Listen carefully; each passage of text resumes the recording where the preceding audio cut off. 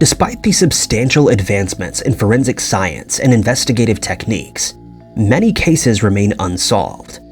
These mysteries continue to haunt families, friends, and the community from the shadows. Number 10. In Seadrift, Texas, back in 2018, Susana Escobedo, better known as Susie, lived with her husband and children in their mobile home on the 100 block of Loop Road. It's noted that the family were not from the town and were only staying there because it was close to the husband's workplace. Susie was born in 1993 and quit her job as a waitress at a restaurant called La Terraza that same year after giving birth. She'd been close with her mother, who was also visiting Mexico at the time of the 25-year-old's disappearance, which came on the 2nd of August. According to loved ones, being a mother was a huge part of the missing woman's life. It was uncharacteristic for her to abandon her children. Susie was last seen that day at her mobile home, where she'd been texting with a few of her relatives. But this abruptly stopped around 1 p.m. that afternoon. Susie's husband returned from work and arrived home only to find the 4-month-old alone. After 7 p.m. that evening, the woman was reported missing to the Calhoun County Sheriff's Office. The investigation discovered that her personal belongings, including her wallet and cell phone, had been left behind.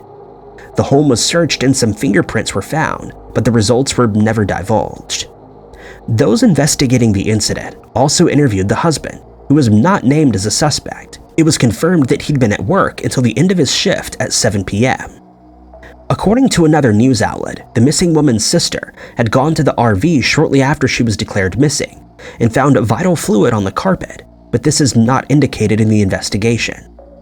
Susie's mother supported the fact that her daughter had no substance abuse issues or other problems that may be related to her disappearance. Before disappearing, she'd sent her husband a kissy face selfie, which indicated that everything was customary at the time. According to an interview, Susie's mother also stated that the authorities had told her that they did have evidence that she'd not left of her own free will, but didn't clarify what the evidence was until it was confirmed. Whatever the evidence was, it was never made public either, and the young mother has never been seen or heard from again. Susie is described as a Hispanic woman with brown hair and brown eyes. Some agencies refer to her as Susana Escobedo Rodriguez or Susana Rodriguez. Notable characteristics include a scar on her upper left arm. At the time of her disappearance, the woman was 5 feet and 5 inches tall and weighed around 140 pounds. She wore a black and white striped maxi dress when she went missing. Despite numerous searches conducted by the Calhoun County Sheriff's Office, Texas Rangers, Texas EquuSearch, and the Texas Parks and Wildlife, no trace of Susie was ever found.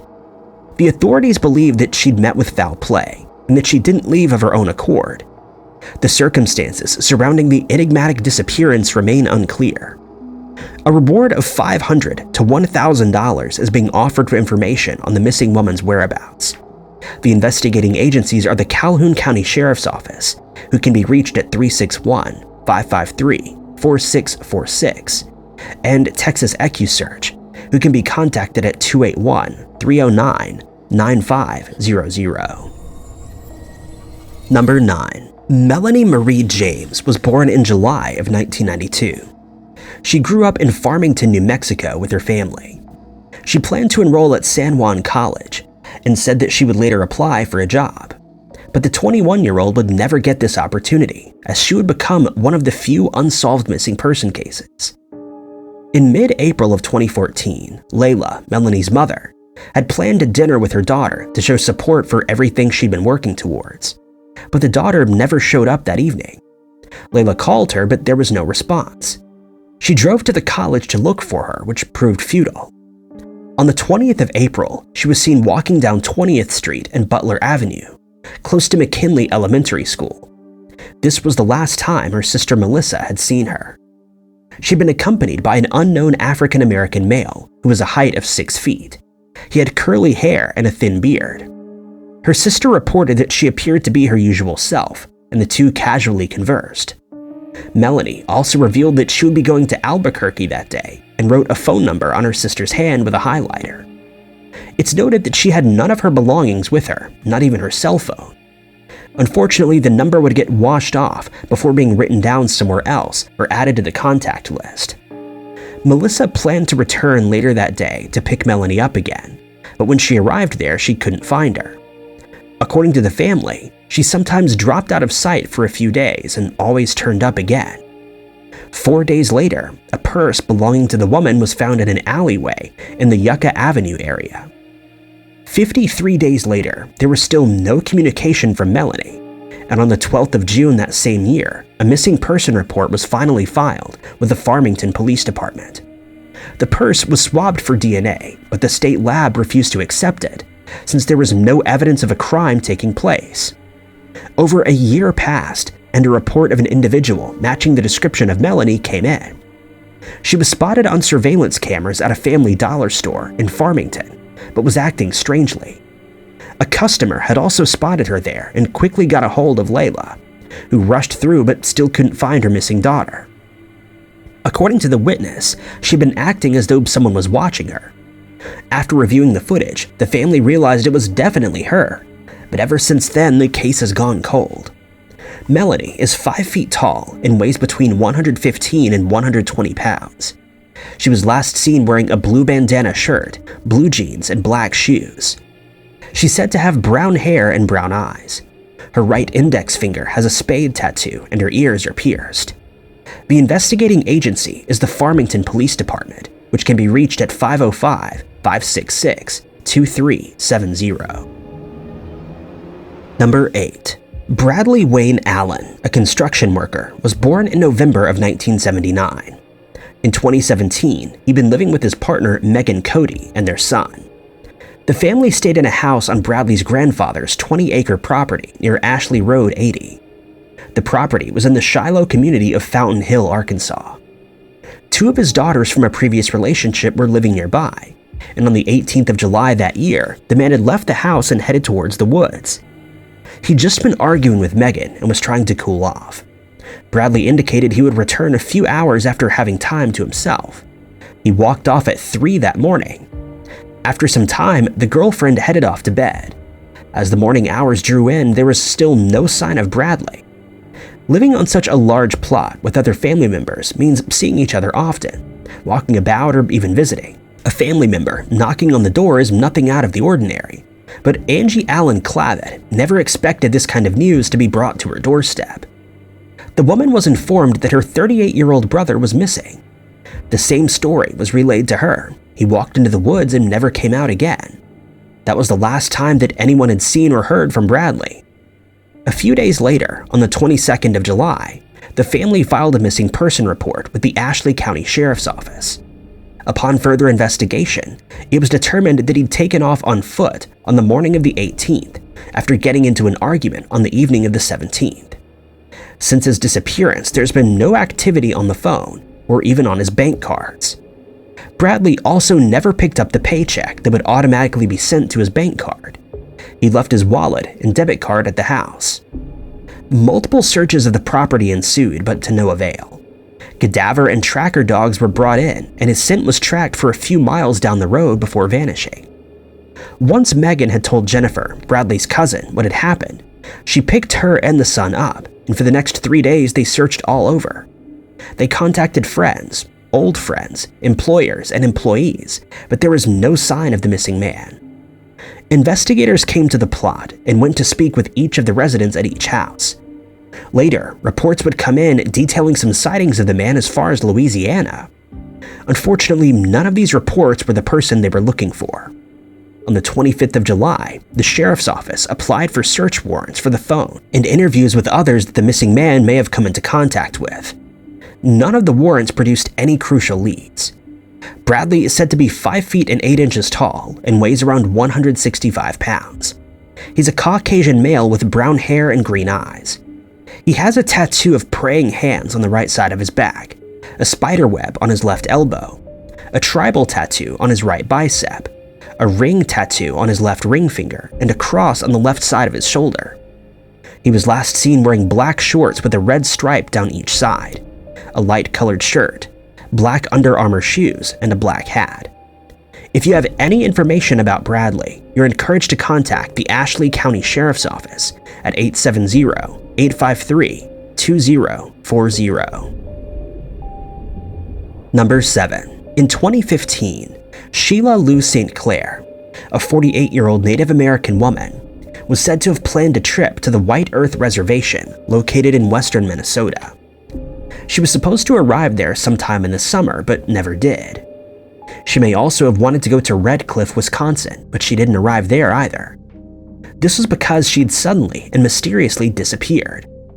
Sheila's family had not heard from her, and she was last seen in Duluth, Minnesota, in August of that year. She's thought to have vanished on the 1st of September, but this has never been confirmed. She wasn't reported missing until almost a month later to the Duluth Police Department, and soon an investigation would ensue. During the investigation, security camera footage of the missing woman ascending the stairs at the Cascade Apartments on the 100 block of West 3rd Street was discovered. She was accompanied by an unidentified man wearing a white shirt and a dark hat, and carrying envelopes in his hand. The footage shows the two walking up the stairs, with Sheila occasionally stopping and making a few gestures.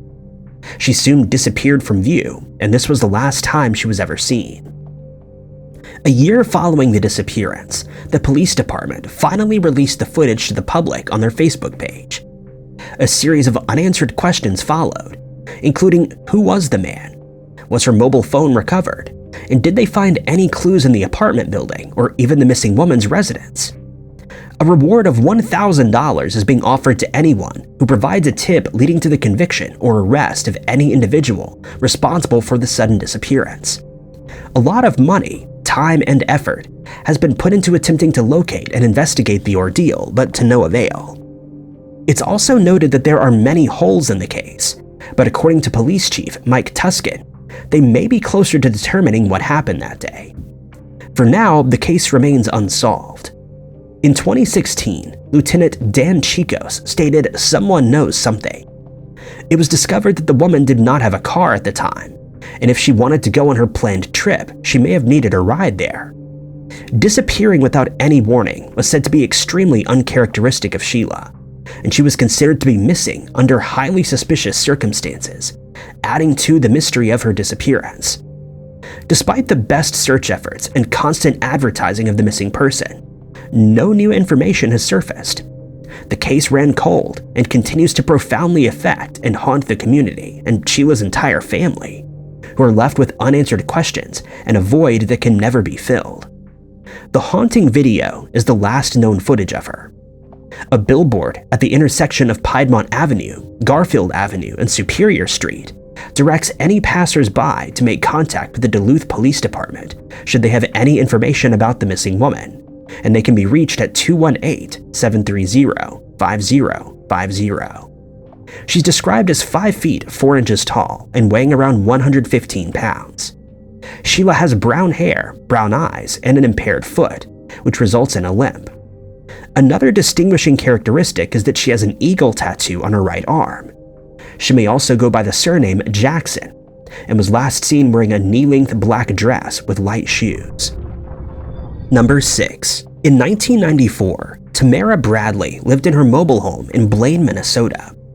It was September of that year that the 30-year-old's toddler had been visiting his father for the weekend.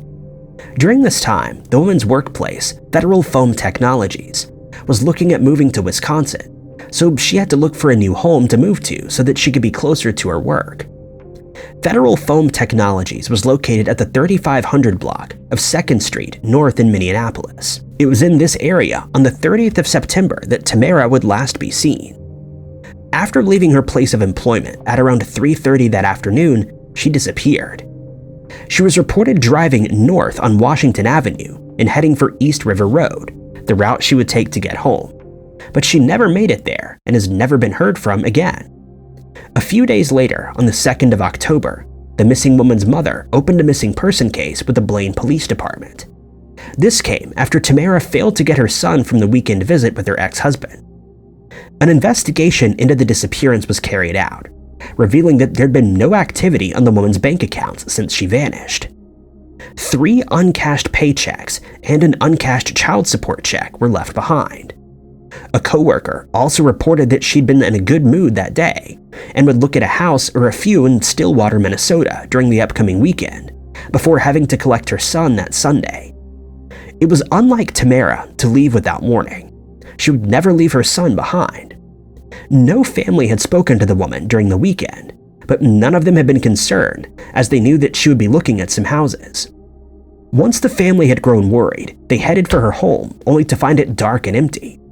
Her Friday mail was still jutting out of the mailbox, and it appeared she hadn't been home since that day. While they'd been concerned, they knew that Tamara was an adult and assumed that she'd stayed over somewhere in Wisconsin. But Monday morning came with still no sign of the missing woman.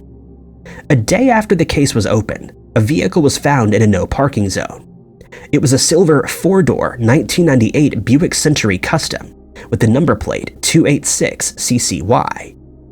The car had been discovered at a Greyhound bus station, which was located on the 1000 block of Hawthorne Avenue, 5 miles from the area where Tamara had last been seen. The car was taken to an impound lot, but no one realized that it belonged to a missing person at the time. Since it had no ticket in the windshield, the investigators assumed that it had only been parked briefly before being towed off. Upon further examination, the vehicle was found to have very little information regarding evidentiary value. The keys, clothing, papers, and other items were still inside. The driver's seat had also been fully extended, as one would expect for a tall person, but Tamara was only 5'4".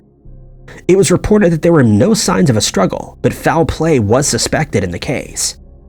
Authorities initially weren't too concerned about the woman's disappearance, but they soon realized that she had not vanished voluntarily. After interviewing dozens of individuals who knew her, no one could offer any information that would lead to the whereabouts of Tamara Bradley. But the following year, the case would be shelved, along with other cold cases, and it remained untouched until July of 2009. It was this year that the remains of an unidentified female were discovered in Kansas. Tamara's physical traits matched the Jane Doe's, but it was determined that this was not her. There were no new leads until a sudden tip came in earlier this year in April. The tip indicated a possible area where the investigators may find the remains of the missing woman. The case was reopened, and the police headed over to search the northern region of Laddie Lake Park and south of 89th Avenue in Blaine. It began at 7 that morning, and as noon drew in, there was still no new evidence unearthed.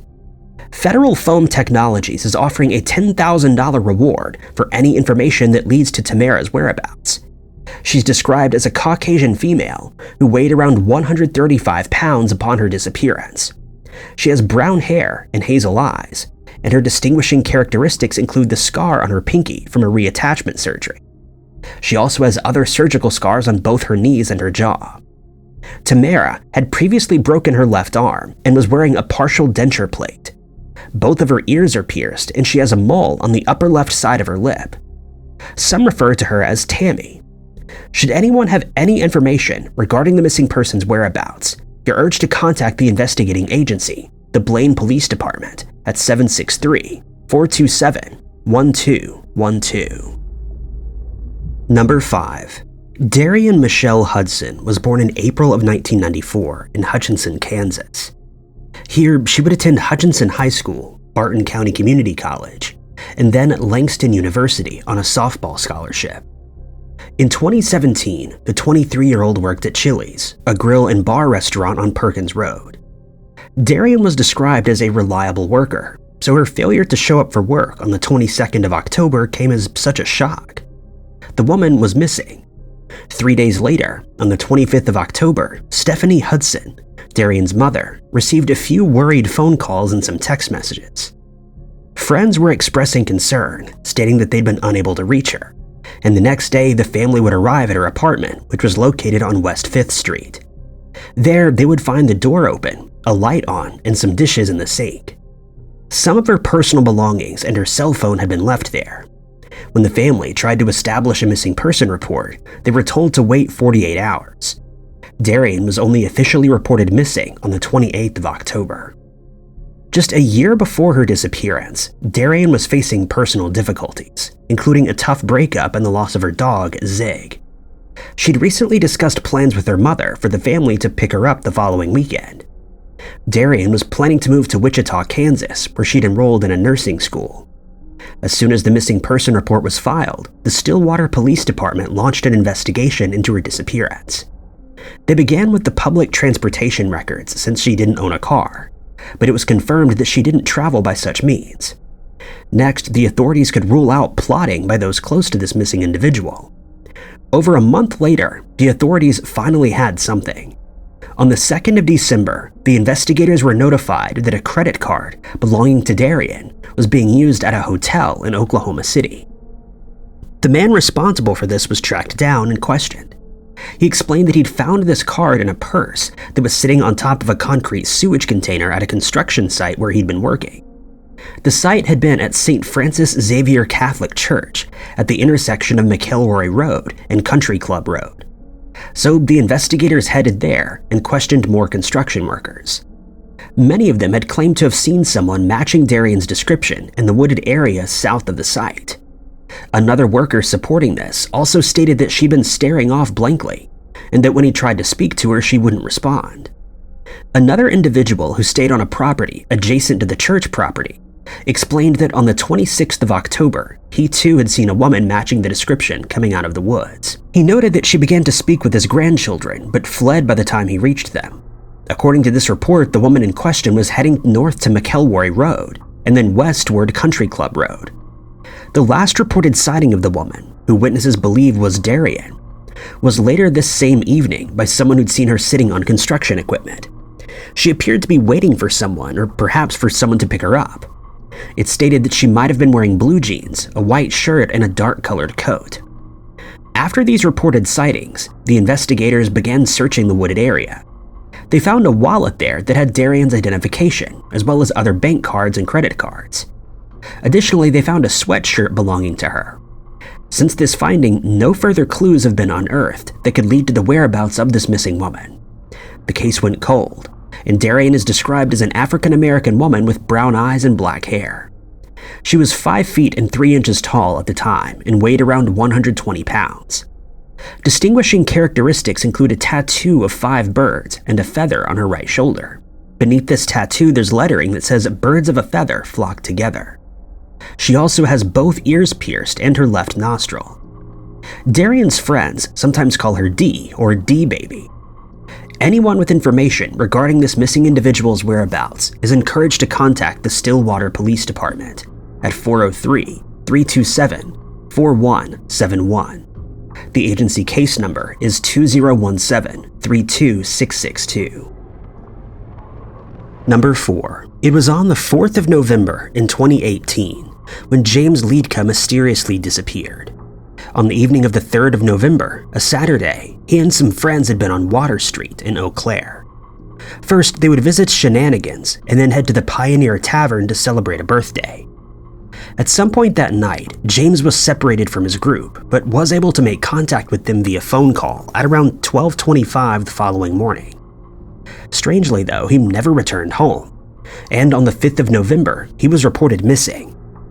James would last be seen the day before the official report on surveillance footage. He'd been walking on Water Street in an easterly direction within the 300 to 400 block behind the Pickle Tavern, where he'd been denied entry.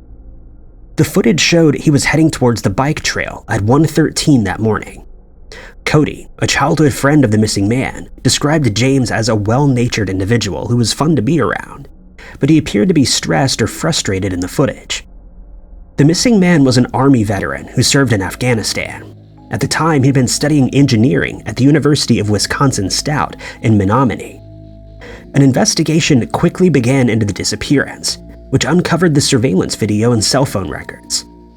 These records revealed that the last activity had been at 8:25 p.m. on the 4th of November. This alleged activity could have either been a call or a text message.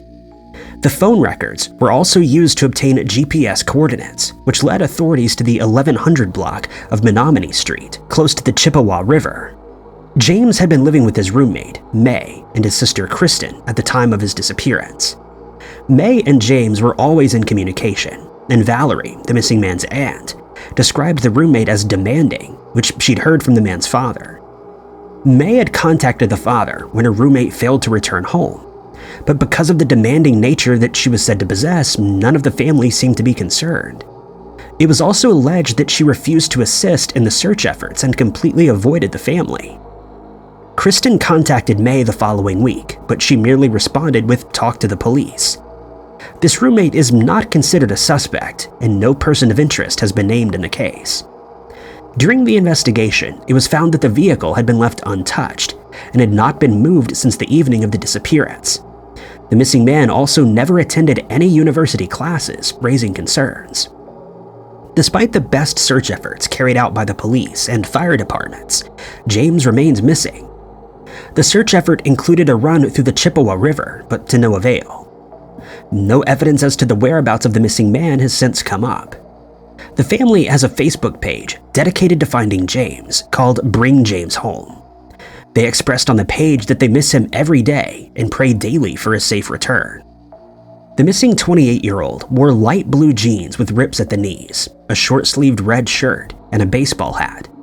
He's said to be an Asian male who stands at a height of 5 feet and 7 inches and weighs around 170 pounds. He has black hair and brown eyes. Should anyone have any information regarding the whereabouts of this missing individual, they're asked to get a hold of the Eau Claire Police Department at 715-839-4972. Number 3. Lisa Goven and her boyfriend were living in Perth, Australia, when they decided to move out to the mining town of Kalgoorlie. There, they would set up a house, and Lisa would work a few jobs, including one in a gift shop, and another as a spotter during the evening at the mine to guide the large trucks. Her sister Jeanette believed she enjoyed living there, but it was also a challenging time for Lisa, being so far away from her friends and family. This was the first time she'd been away from them. She'd contacted her parents weekly, and she and Jeanette would text constantly. Little did her family and friends know that they would last hear from Lisa in October of 1999, a day that would change their lives forever. It was a Thursday, the 7th of October, when Lisa had gone out with some of her colleagues. She dropped her boyfriend Tim off at the mine for a late-night 12-hour shift. It had been raining then, and the evening started at the Exchange Hotel, where she would meet one of her colleagues. They would then move to the Safari nightclub in Hannon Street. It was here that the CCTV footage of the woman was found. She'd been mingling with patrons inside and outside the club. She left this nightclub with a colleague called the Bald Man, and it had been at about 4:45 a.m.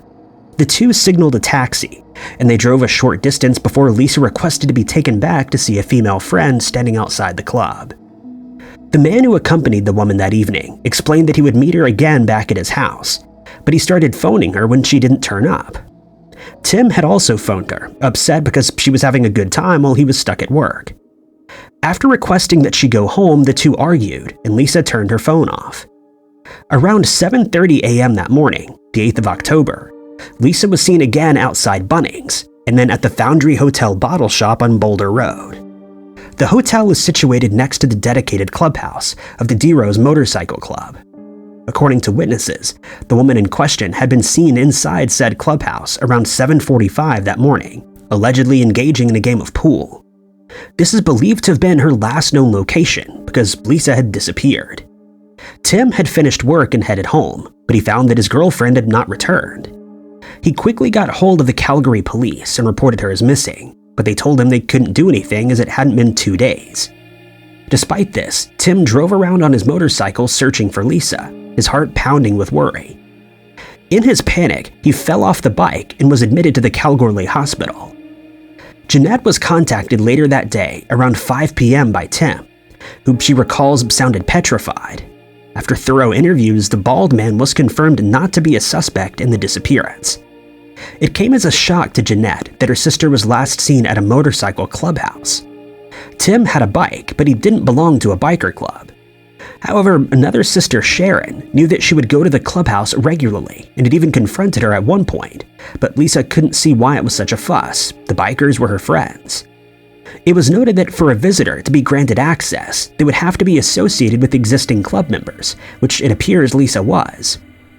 When authorities searched the place where the woman was last seen, they found no evidence. More properties owned by Club D-Rose were raided, and the case became a suspected homicide. Lisa was last seen in Kalgoorlie in Western Australia. She was 28 years old at the time and was driving a white 1985 Toyota Land Cruiser. A reward of $1 million is being offered for information on the missing woman's whereabouts. Lisa was 5 feet tall and had a thin build. She has brown hair and blue eyes. She was reportedly last seen wearing a black skirt, a black long-sleeve shirt, black sandals, and a leather choker-style necklace with a dolphin pendant attached to it. Should anyone have any information regarding this missing person case, they're asked to contact Crime Stoppers at 1-800-333-000.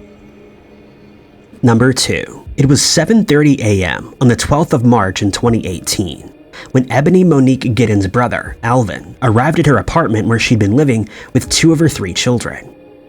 He was there on his routine pickup of the children to take them to school, but his sister didn't answer the door. After repeatedly texting her, he tried to call, but this went to voicemail. So Alvin contacted the children's father, who revealed that he'd last spoken to her the previous day. He then came over to the house and the two continued to knock on the door. After quite some time, one of the sons finally came to the door and explained that his mother was gone. The brother and father entered the apartment but didn't find Ebony anywhere. Her wallet and keys were still in the living room, but her cell phone wasn't there.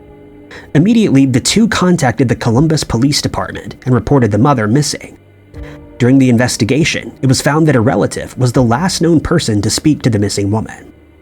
This had come around 11 p.m. on the 11th of March. The conversation was reported to be normal, and nothing appeared out of the ordinary. But before Ebony vanished, she'd given her family a crucial detail. She was afraid of her boyfriend, whom she'd gotten into a domestic dispute with, which had been reported to the police. 2 days before her disappearance, this boyfriend had been arrested but bailed out that very day. Neighbors reported that the man had been working on his girlfriend's car the day before the disappearance. Initially, the authorities did not suspect foul play until this information came about. According to her family, Ebony would never leave her children behind or home alone. The case is an ongoing investigation with no leads and is classified as suspicious. Ebony was born in 1990 and was 27 years old when she vanished. The missing woman was 4 feet 9 inches tall and weighed 110 pounds. She's said to have black hair and brown eyes. Notable characteristics include her pierced ears. She also has short braided hair when she disappeared. The Columbus Police Department is currently handling this case and can be reached at 706-653-3205. Number 1. Mary Edna Baco was often referred to as Mary Pooh by her loved ones. She was born in August of 1946 into a family of 11 other children. She went to Danbury High School and later married her first husband, resulting in 2 daughters. A few years later, they got divorced and Mary moved to a different place.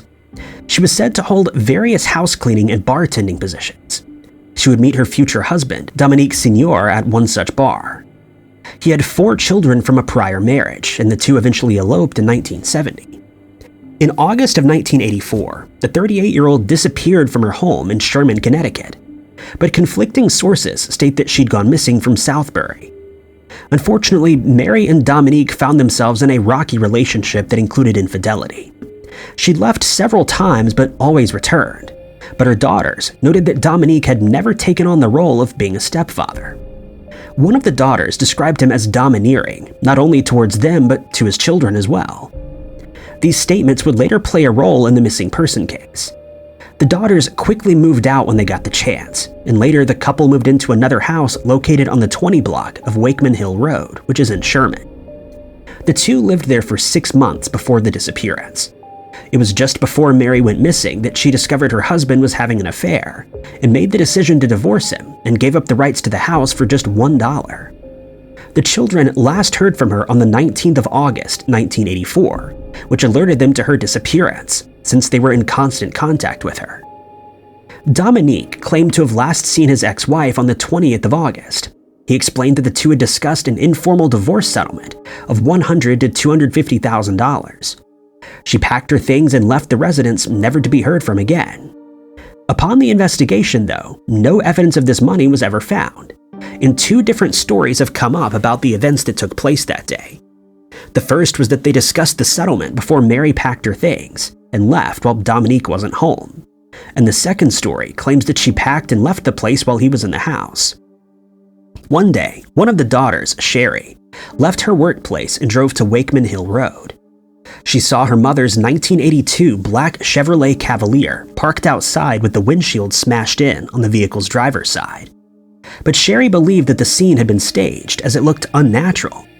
So she waited for her stepfather to show up, and when he did, he would tell her that her mother had fled with money that she'd stashed around the house. He also asked her to return later that day to take some of Mary's belongings, but when she did, there were only a few items, including a wedding ring and the car keys on the kitchen counter. It was also noticed that pictures of Mary were removed from the house, and the only things that remained were art supplies and empty bottles of perfume. There is very little evidence that her mother was even there. There was not even a random sock found anywhere in the house. Beth, Mary's second daughter, and Sherry both believed that the clothing and other belongings were discarded. After Mary was reported missing, the case began to get strange. Dominique stuck to his story about the woman leaving, and the daughters were pressured by law enforcement to consider the story and let them help locate the missing mother. For years, the authorities believed the story that the woman had disappeared of her own will, but in 1990, Beth and Sherry contacted the state representative.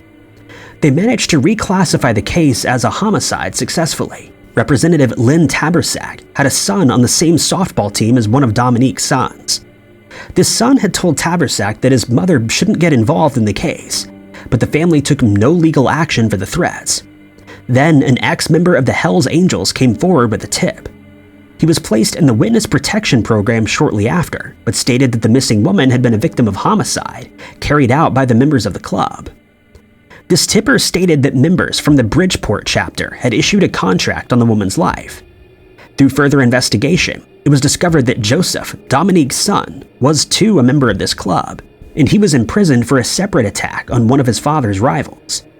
He was named as a suspect, but was in prison when the tip was received. In 2007, the backyard of the home that the two lived in was dug up. This came after another tip stating that the vehicle belonging to Mary was buried after it had gone missing from the driveway all those years back, but the car was never found. While Dominique, the last person to have seen Mary, was never charged with the disappearance or his involvement in it, he was convicted of trying to bribe the state judge to influence the grand jury, which had begun investigating the case back in 2010.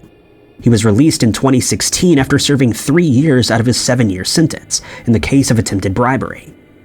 The case of Mary Baco has remained unsolved ever since. The missing woman was said to be 5 feet 7 inches tall and weighed around 145 pounds. She had several body markings and surgical scars on her abdomen from an appendectomy and gallstone surgery. She has pierced ears and wore dentures. She also had a scar on her right thumb and psoriasis on her elbows and knees.